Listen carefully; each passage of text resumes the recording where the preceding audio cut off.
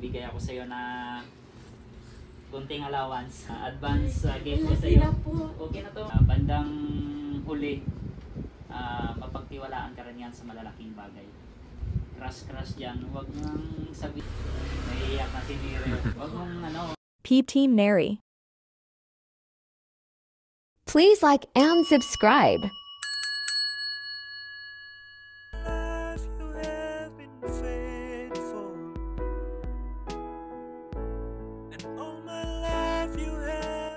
Subscribe to my channel. Hello, good afternoon. Dito po ako ngayon sa kanila ni Neri. Binisita ko siya. Yan ang guys. Isa po ako sa mga subscriber nila. May subscriber kami guys. So bumisita kay Neri. Dito may isi-share na ako kay Neri. Mga encouragement.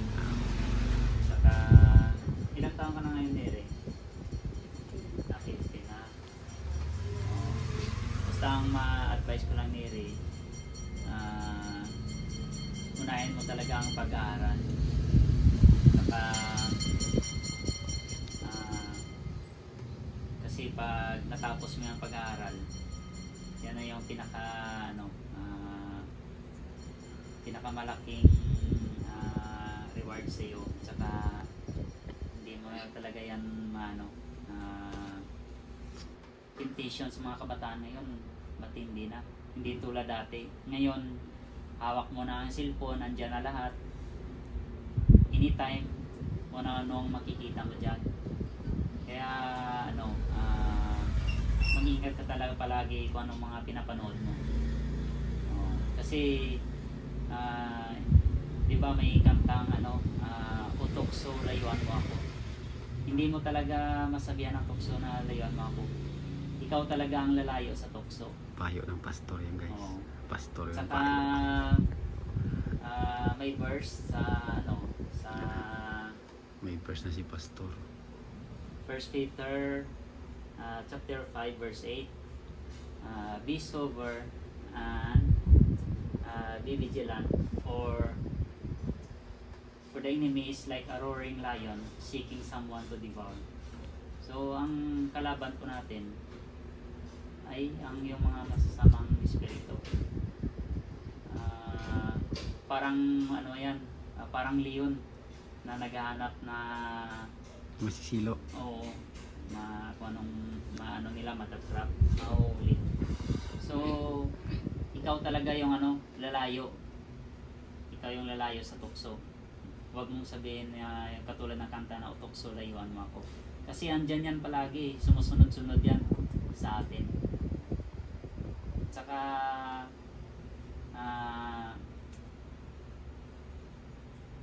in every season may time talaga yan. Ngayon, season mo ngayon sa pag-aaral. So sikapin mo talaga na makapagtapos ka ng pag-aaral. Pagkatapos ng season pag-aaral mo, makapagtrabaho ka na. So makapagtrabaho ka na, matulungan mo yung mga kapatid mo.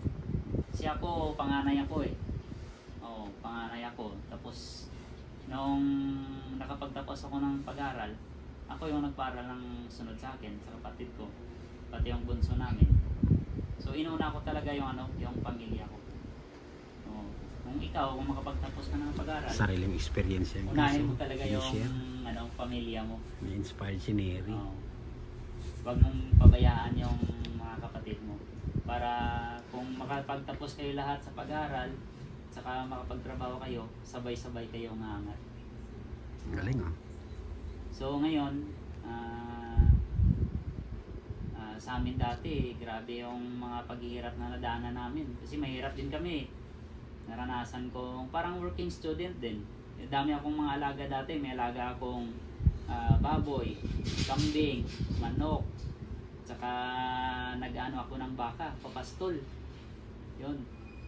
Hanggang nakapagtapos ko na pag-aral. So, ngayon, maganda yung opportunity na naibigay sa iyo kasi may mga sponsor tulad ng yan nakapagtulong sa iyo. So wag mo talagang sayangin ang panahon. Wag mong unahin yung kung ano yung mga nakikita mo dyan, kung ano yung mga ano-ano sa mga kaibigan, wag talagang wag mo talagang sundin yan. Kailangan focus ka talaga sa plano mo, sa pangarap mo sa buhay mo. At saka wag mong kalimutan manalangin. Pasalamat ka palagi sa Panginoon. Amen. Yan lang ang kapital mo. Saka yun, pag makapagtapos ka sa pag-aaral, malaking accomplishment mo na yan. At saka kung susundin mo yung mga payo sa iyo, tulad dito sa tinitirahan mo, sundin mo talaga yung mga payo nila. Kasi tulad yan, bata ka pa, kailangan mo pa ng guidance. So, wag mong ibaliwala yung mga mga sinasabi nila kasi para yan sa iyo. Hindi yan hindi mo yan ikakatatalo kung susundin mo ang mga advice nila. Kundi para yan sa iyo. Para magtagumpay ka sa buhay mo. Yun lang. Saka kung makapagtapos ka sa pag-aaral, tapos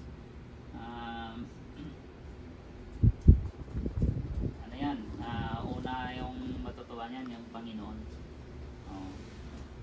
Saka siyempre yung mga tumutulong sa iyo, matutuwa din yan sila. Wag mo talagang wag mong sirain yung tiwala. Kasi pag mapagtiwalaan ka sa maliit na bagay, sa bandang huli, mapagtiwalaan ka rin yan sa malalaking bagay.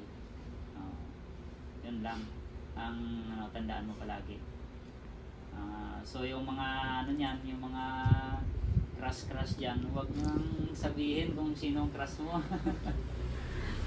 Naiiyak na si Nero. Huwag mong talagang mo lang, huwag mong isasabi sa mga kaibigan mo ganyan. Basta focus ka lang ngayon sa pag-aaral mo. Pag makapagtapos na ng pag-aaral, laking na yan, bagay na yan. Kasi kahit saan ka pumunta, dala-dala mo na yung mo, yung title mo. Kahit saan mo yan dalhin. So, kahit saan ka makapunta, makapagtrabaho ka ng maayos, at saka stay humble lang palagi. Wag yung lalaki ang ulo. Basta stay humble lang palagi. Saka wag kalimutan ng salita ng Panginoon. Yun lang. Saka magbasa ka palagi ng ng Word of God. Kasi yan lang yung natin, daan natin papunta sa ating paroroonan para hindi ka maligaw. Saka may verse pa akong i-share sa iyo na isa na Proverbs 3:5 and 6. Trust in the Lord with all your heart and lean not on your own understanding.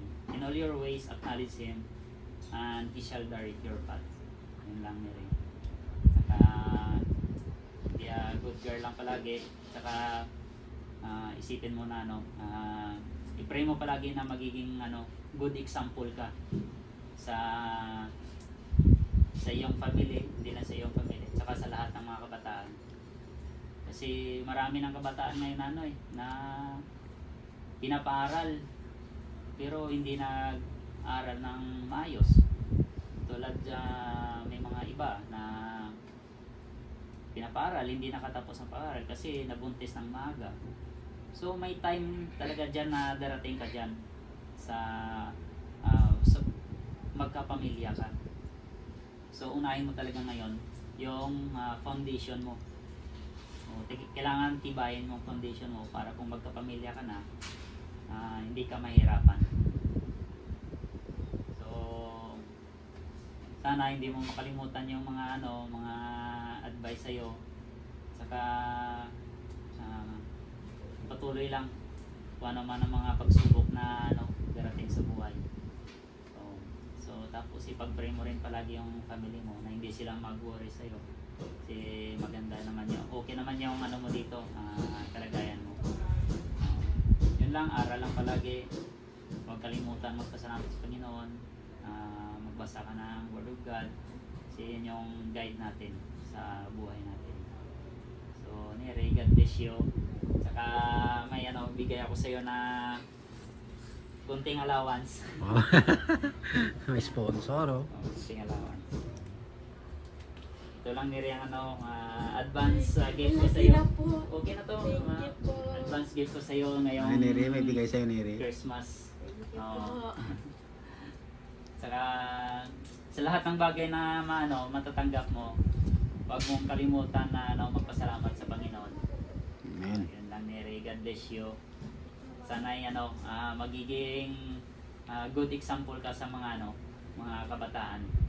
Na unahin talaga ang pag-aaral, tulungan ng pamilya, huwag yung mga kaligayahan dito sa mundo, lang yan, temporary lang yan, daan lang yan, parang lilipas lang yan kagad. So ang unahin mo talaga, gawin mo ang lahat na maging happy si Lord sa buhay mo. Okay, God bless. Yan lang. Sige. Salamat Pastor. May bisita tayo guys, galing pang Bacolod yan guys. Galing yan sila yung pioneering ng Foursquare Singkang, no? Oh, sa Singkang. Foursquare Singkang. Siya yung missionary pastor. Yung misis niya, yun yung pastora. Yan guys. So, binisita niya si Neri, tapos binigyan ng regalo. Ano regalo ni Neri? May pera binigay kay Neri, tapos God bless Neri, tsaka binigyan niya ng lahat payo ng si Neri. matatanggap mo, balik mo talaga lahat sa Panginoon. Ang papuri ay sa Panginoon. Yan, guys, so galing ng bisita namin guys. So, may payo na, may regalo pa. Shout out kay Tito Ron niya Neri, Tito Ronald. Yan guys. Salamat guys. Good afternoon guys, may bisita tayo si Brother Ronald, Pastor Ronald pala yan, missionary Ronald. Binigyan niya ng payo si Neri, tapos binigyan niya pa ng regalo. Wow. Salamat Tito Ronald.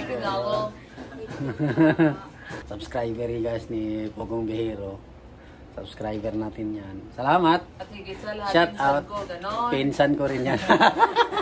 Pinsan ko yan, seaman yan, kaya bago sumampa ng barko, dumaan mo dito para magbigay ng inspirational.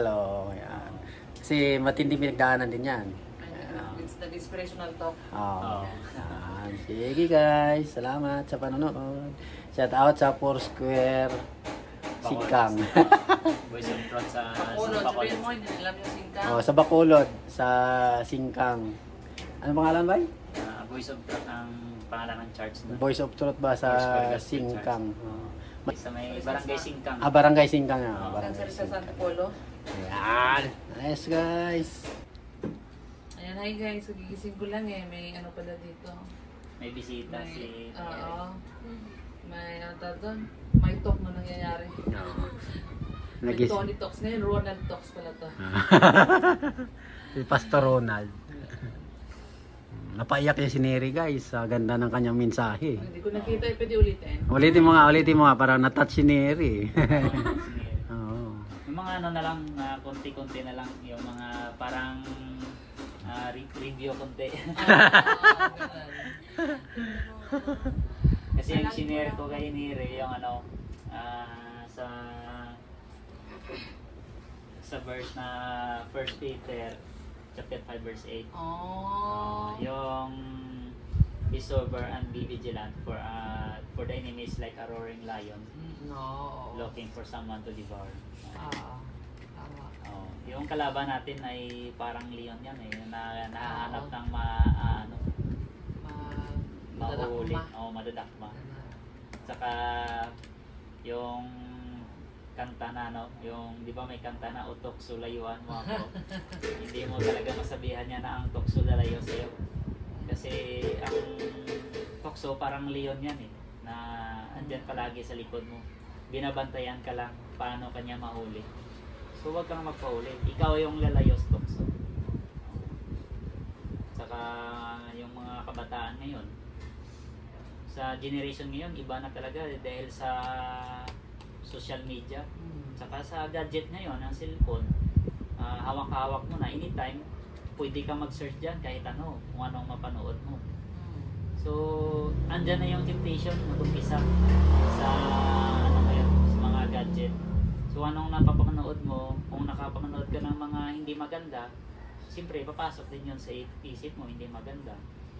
So, isa pa pala yung nakalimutan ko na sa dating panahon ng mga isang kingdom, may mga gate yan, di ba? So, ang inaatake ng kalaban yung mga yung weakest gate, yung mahinang gate. So, pag nasira na yung gate mo, napasok ng kalaban, considered ka na, talo or nasakop ka na. Di ba may movie na yung Troy? Iwan ko kung nakapanood ka niyan, ng Helen of Troy. Nung napasok na yung gate nila, kasi nakapakatiba yung gate nila na yun, hindi mapasok-pasok yun ng kalaban. Nung napasok na yun ng gate nila, ng kalaban, doon na sila natalo. So, ang katawan natin ay templo din ng Panginoon. So, sa templo natin, marami din tayong gate. Yung ating mata, isa sa mga gate yan. Yung bibig natin, yung tainga, yung puso, isa sa mga gate niyan. Saka yung kamay natin, saka paa. So, ang pinakauna talagang inaatake ng kalaban, yung mata, sa mga nakikita mo. So, kung makapanood ka dyan ng hindi maganda, kasi napakadali na palang madali na ngayon kung ano makikita mo sa cellphone. So kung hindi magagandang mga napapanood mo niyan, at saka yan, kung in-entertain mo yan, siyempre tatagal ka dyan. Kung tatagal ka dyan, unti-unti yan papasok sa'yo na ma-absorb mo yan. So considered na talo ka na dyan. So, kung anong nakikita mo, tatagal pa yan sa isip mo, hindi yan basta-basta mawala. So, ingat ka talaga palagi sa mga pinapanood mo. Hindi lang kung anong nakita mo dyan, panoorin mo. Kasi baka katagalan, yan yung baka magaya mo rin. So, sa generation na yun, dami ng kabataan na wala nang parang wala nang manners. So sa kanire dapat talaga yung kailangan magiging mabait ka kahit saan ka pumunta, humble. Kailangan na humble ka lang kahit saan ka pumunta. Kung umangat ka man sa buhay sa bandang huli, stay humble pa rin. Tsaka lahat ng mga bagay na natatanggap natin, salamatan din yung Panginoon. Kasi lahat ng bagay pinahiram lang sa atin, tsaka hindi naman sa atin. Yun lang. Nagising si ate din, Nagising din si Dave. Hindi mo narinig yung payo ni Tito Ronald. Ay, dire. Anong masabi mo sa sinabi ni Tito Ronald? Yung sinasabi niya ngayon. Sinabi niya sa'yo. Lahat na sinabi sa'yo. Kung may naintindihan ka or kung may sa puso ka pa sa mga sinabi. Thank you po sa Payo? Opo, payo, at thank you din po sa verse na sumir mo po sa akin. Kasi napayak po. Napayak si Mary. Kanina. Thank you po talaga sa sinabi mo po sa akin. Malaking tulong po yun sa akin. Iyak na naman si Neri.